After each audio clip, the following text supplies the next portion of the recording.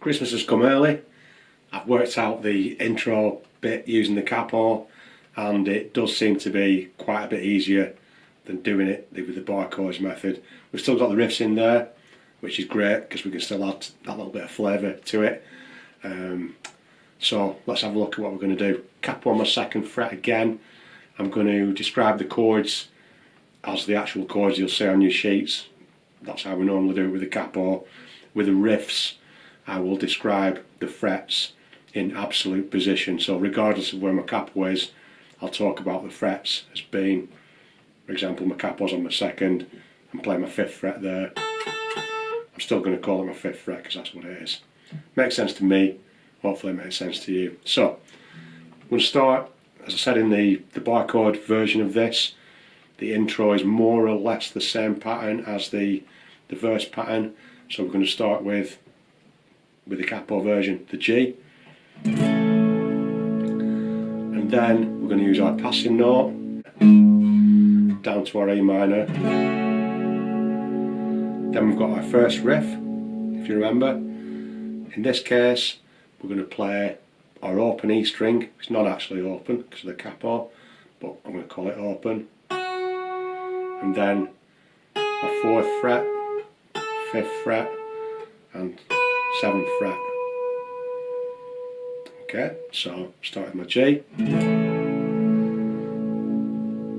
Passing note on my 4th fret, down to my E minor, open E, 4, 5, 7, back to my G. And if you remember, I'm just going to pick up my first string on the G, so I'm going to strum the G and then just pick the first string again. Go from the start. G, 4th fret passing note, E minor, open high E, 4, 5, 7, G chord, up again, and then I'm going to go to my D. My second little riffy bit is just my 5th and 7th frets on the high E string. And then finish on my G. Couldn't be easier, right? Again, G, 4th fret passing note, E minor, a little riff, open, 4, 5, 6, G, up on my first string, D, 5, 7, G.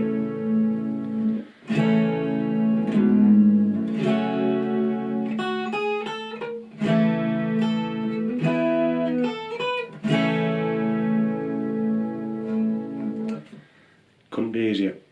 So it definitely easier doing it that Capo way, because although we've still got the riffs, we're not having to sort of shift up. I was going, I think, from my F sharp minor, which is there, my Capo's in the way, up to 7th position. So I've got a 5 fret position switch in the first where I did it to get from to the riff. So all my stuff is basically lowered down the neck in a similar position. The riffs might still catch you out because we're going, and the first one, for example, is. So we've still got quite a bit of a stretch and distance on the riff. Not much I can do about that because I don't have an extra string. Normally I might have considered playing the higher note on the next higher string, but I haven't got one because we're already on the E string, so I can't do that. So we're just going to have to suck it up and see. The other riff, because I'm playing a D, a root D chord, and then I've got to play my 5th and 7th fret. I think I did it, I used my little finger just to go from the D chord because my other finger's already in use. That worked for me for 2 reasons. As I say, my fingers were in use, so I could just put my